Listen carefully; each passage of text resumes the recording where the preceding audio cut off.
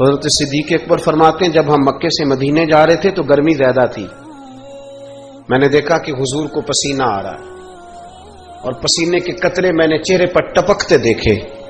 فرماتے میں پریشان ہو گیا کہ کوئی ٹھنڈا سایہ ملے تو میں حضور کو تھوڑا آرام کراؤں۔